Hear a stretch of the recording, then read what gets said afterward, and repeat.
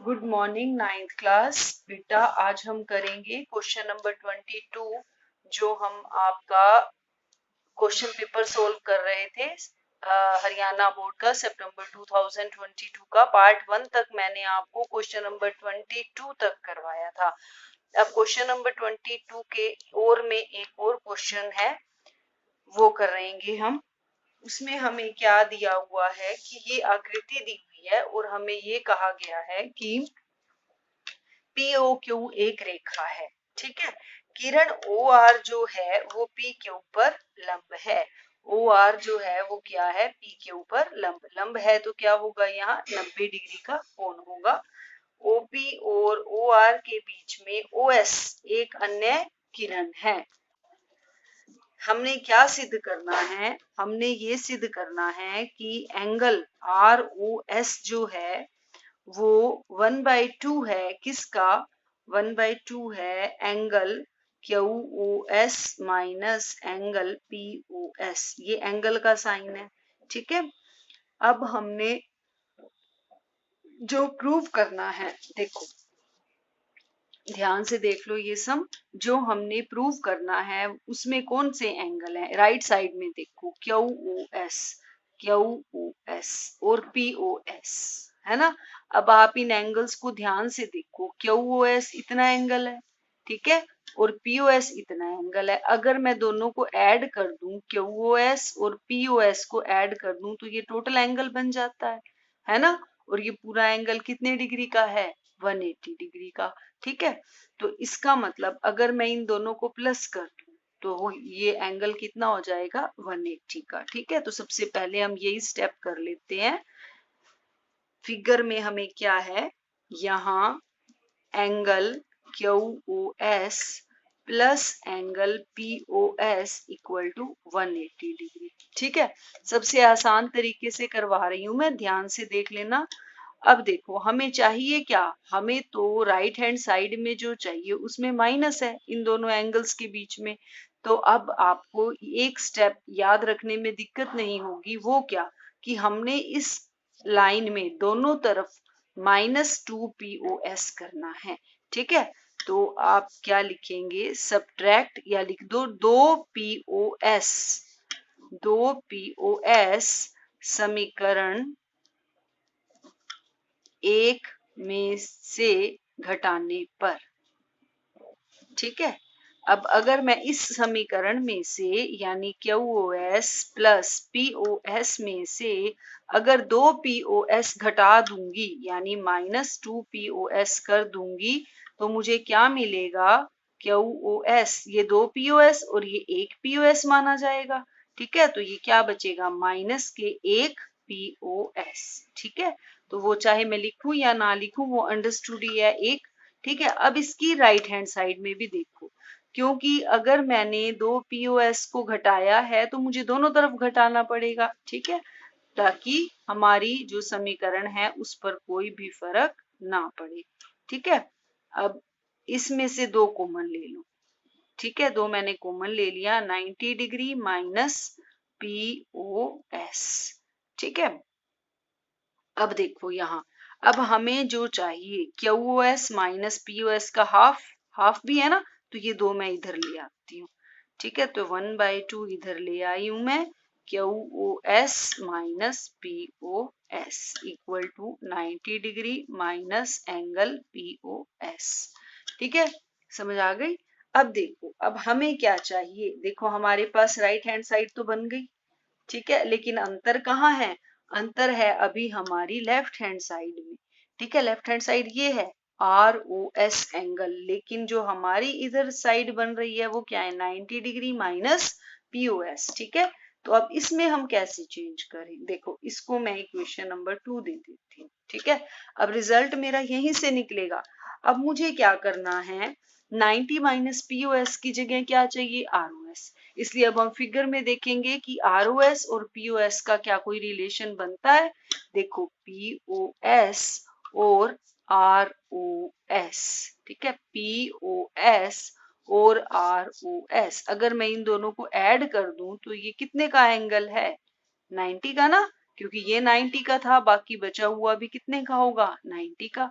It means इन दोनों को अगर मैं ऐड कर दूं तो वो एंगल हो जाएगा 90 डिग्री का। ठीक है, तो आप लिखो यहाँ POS plus ROS equal to 90 degree. ठीक है, हमें क्या चाहिए, ROS की वैल्यू, या फिर 90 माइनस POS चाहिए हमें। 90 माइनस, इसको इधर ले आओ, POS किसके इक्वल हो जाएगा, ROS के। ठीक है, इजी है ना। अब 90 को मैंने यहाँ रहने दिया, POS को इधर किया। ऐसा क्यों किया मैंने, क्योंकि मुझे 90 माइनस POS की जगह क्या चाहिए, ROS। ठीक है, जो हमें चाहिए हमने उसके हिसाब से, जो जो हमें चाहिए हमें उसके हिसाब से हम करते गए हैं। ठीक है, इसलिए इस क्वेश्चन में आपने मेन नजर जो है वो रखनी है, जो हमने प्रूव करना है। ठीक है, जो हमने प्रूव करना है आप उसको देखते जाओ और करते जाओ। ठीक है, अब ROS क्या आ गया, 90 माइनस POS, यहां रख दो। फ्रॉम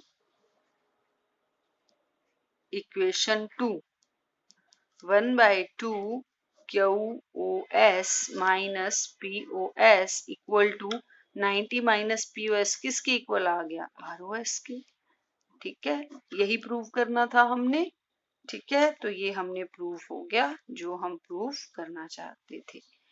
ठीक है, अब हम करते हैं next question number 23। Question number 23 में हमने क्या करना है, ये दिया हुआ है हमें। ठीक है, हमने इसके क्या करने हैं, गुणनखंड करने हैं। मैंने आपको ये बताया था कि जब 2 से ज्यादा पावर आ जाती है तो आपने उसको कैसे हल करना है।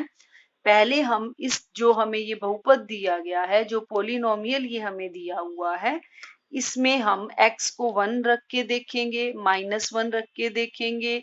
तब भी अगर हमारा 0 नहीं बनता, 2 -2 इस प्रकार रख के देखने होते हैं। जिसमें हमारा 0 बन जाएगा उसके हिसाब से फिर हम आगे सॉल्यूशन को लेकर चलेंगे। ठीक है, अब मैं इसमें रफ में x को 1 रख के देखती हूँ। देखो, जब मैंने यहाँ x को 1 रखा, -3 1 स्क्वायर -9 इंटू 1 -5, ये आ जाएगा 1 -3 -9 -5। अब ये देखो, ये तो 3 और 9 12 और 5 17, ये तो 0 बन ही नहीं सकता। ठीक है, तो अब हम x को क्या रखते हैं, -1। ठीक है, x को अब मैं -1 रख रही हूँ यहाँ। -1 का क्यूब -3 इंटू -1 का स्क्वायर -9 इंटू -1 -5 -1 -3। ठीक है, क्योंकि -1 का स्क्वायर क्या हो जाएगा, प्लस का 1। ठीक है, प्लस के 9 और माइनस के 5। ठीक है, तो ये क्या हो गया, माइनस माइनस वाले प्लस कर दो, 5 और 3 8 और 1 9। ठीक है, और प्लस का ये 9, ये कैंसिल हो गया, 0 आ गया। 0 ही चाहिए हमें। 0 कब आया, जब मैंने x को क्या रखा, -1। अब x को -1 रखा है, इसको इधर लेके आओगे तो ये क्या हो जाएगा, x + 1 इक्वल टू 0। ठीक है, इसका मतलब x + 1 इक्वल टू 0 इसका एक गुणनखंड हो गया। ठीक है, तो आप यहाँ लिखोगे x इक्वल टू -1 दिए गए बहुपद को संतुष्ट करता है। इसीलिए x + 1 इक्वल टू 0 दिए गए बहुपद का एक गुणनखंड होगा। ठीक है, तो ये इसका गुणनखंड हो जाएगा।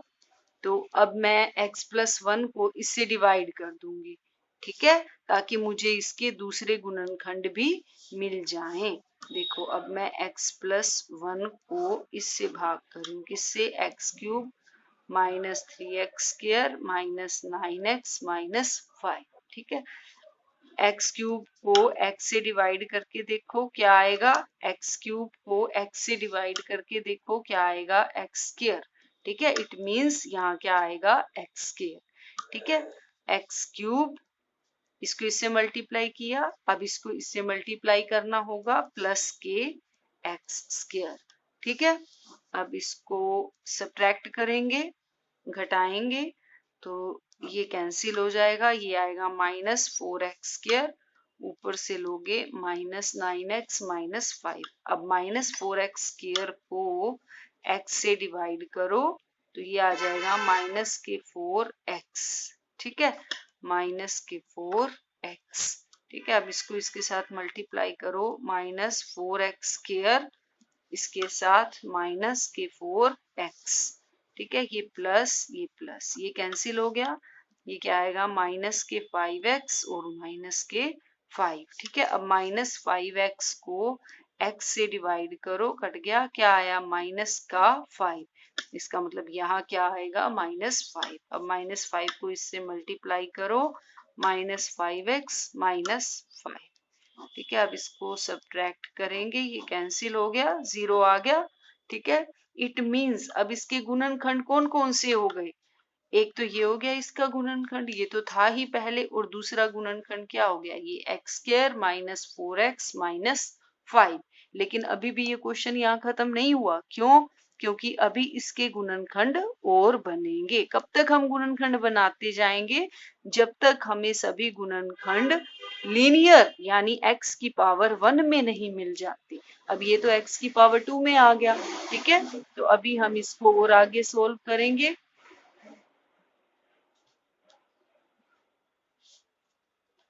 अब हमें इसके गुणनखंड बनाने हैं, किसके, इसके।